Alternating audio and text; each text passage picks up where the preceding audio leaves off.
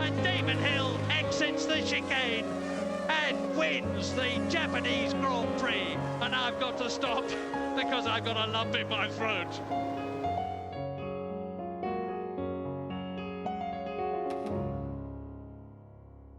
Time flies, doesn't it, in this business? And we're looking back to '96, the FW18, which was, I mean, you've made so many championship-winning cars now, it's hard to keep count.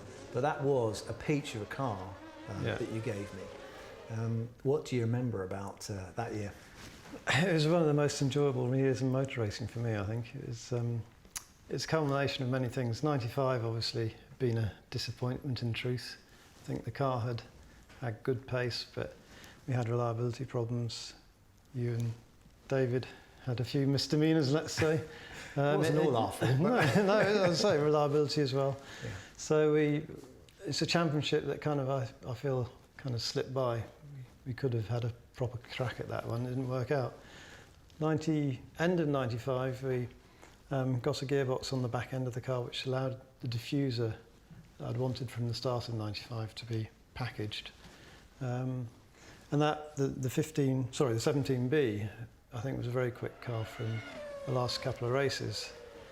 And I was kind of a bit worried that we'd showed our hand, everybody cop it over the winter and nullify the benefit we got from that shape. They didn't, remarkably. They hadn't spotted it, basically. I don't know, they hadn't spotted it or they'd got too fixed, they'd fixed their design too early to react. I don't know, but nobody copied it. And we made a lot of other detail improvements to the car, but the 18 was really very much a tidied up and refined 17B, but a decent step. But were you given more autonomy over that car? I mean, because famously Patrick Head was the technical director at that time as well. So, it was he brought you into Williams, didn't he? So you've got a lot to thank Patrick Absolutely. for. Patrick was very good to me in many, many ways. In terms of the overall design, bar the transmission, I'd had autonomy on it for quite some time, really pretty much from the first car, from the 14. Patrick was very trusting in that way. And you also, it was very good, it was obviously a good year for me, but I was very thankful because you famously made extremely tightly packaged cars, and that includes the driver being very tightly packaged. But this car, you gave me room for my size 11s, which was immensely beneficial. But I've got to say, the FW18 was the first car that I ever drove that had been designed. We did a mock-up, didn't we? And Absolutely. You got me to find the positions and everything. And I sat in that car, it was so unbelievably comfortable. And it made such a huge difference to the way you could drive it and get the best out of it. I remember we made that mock-up and we sat it outside the museum building, between the museum building and the wind tunnel. I remember it quite clearly, funny enough. It was a nice sunny day and we kept playing around with it, reclined you more and more, which was different to the sort of 60s reclining driving position. 60s was kind of straight back, shoulders back, and it's kind of like that. Yeah, looking down your nose. Looking down your nose, so I think you must have had strong neck muscles because you're kind of like that. Whereas the position we developed with you, well, obviously you know better than I do, was kind of the lower back very flat, but then the shoulders quite hunched, so your shoulders are still upright, neck's upright. And with the very high steering wheel, says it cleared your thighs.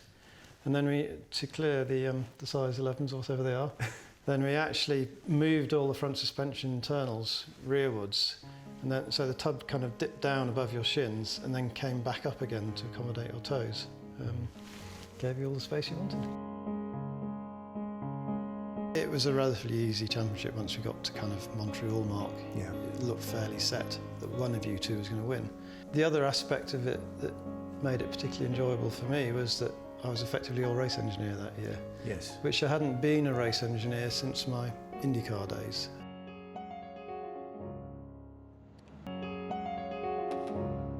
The FW18 was so unbelievably comfortable. Was it a car that you're particularly pleased with? Because it performed beautifully. The handling on that car was absolutely amazing. Yeah, I think considering it was second year of stable regulations, there was nothing on it that you would say was kind of some revolutionary feature, unlike the 14B with the active suspension. it was just a really good package. Renault obviously came out with a great engine.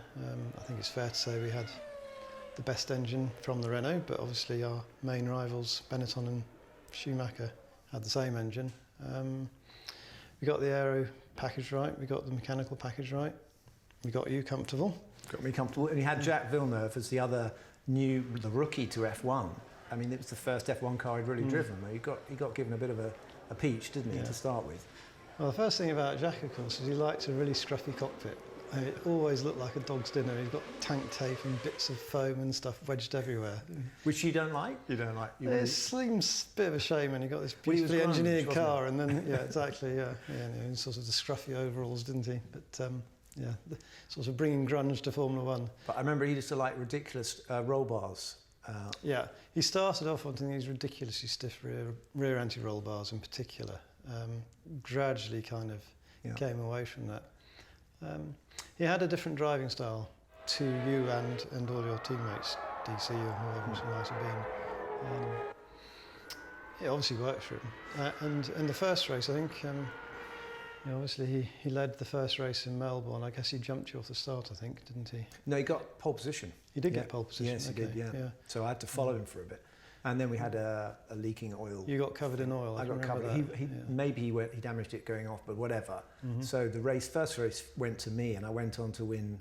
I think it was the first 3 or 4 races of the season. So got off to a fantastic start, and it was a tight championship between us two. But the Ferrari with Michael really wasn't competitive, so we weren't under that much pressure. Yeah. You really had. Yes, of course, Michael was at Ferrari by then, wasn't he? Yeah. It was another one of your dominating phases. But you, at some point or other, you fell out with Williams during the '96 season because you were put on gardening leave at some point towards the end of the season. Yeah.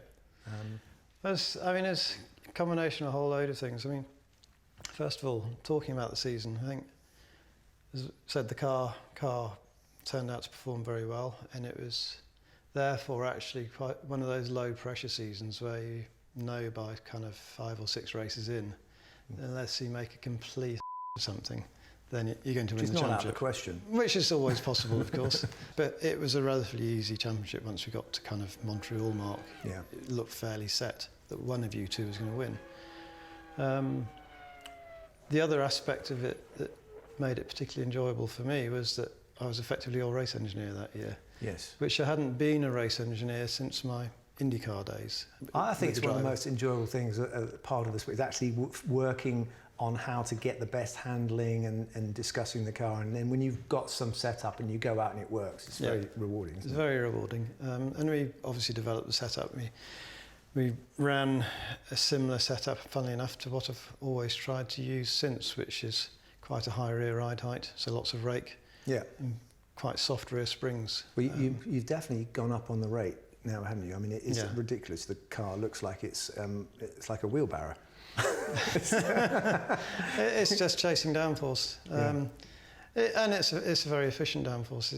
It does make me laugh when our friends from Mercedes keep saying, well, of course the car's slow on the straight because of the amount of rake we run, but it all started back there, you think? It started back then. With the FW18. Well, I have to thank you. Again, I've thanked you before, but I mean, it was an absolute pleasure and a delight to have driven the car. And you've gone on to win plenty more since that one, but it was very nice chatting to you about 1996. It was a good season. Thank you. Damon Hill up there. And in the middle is Adrian Newey, the Williams designer who's responsible for the car that's carried Damon to his wonderful victory here today and his World Championship win.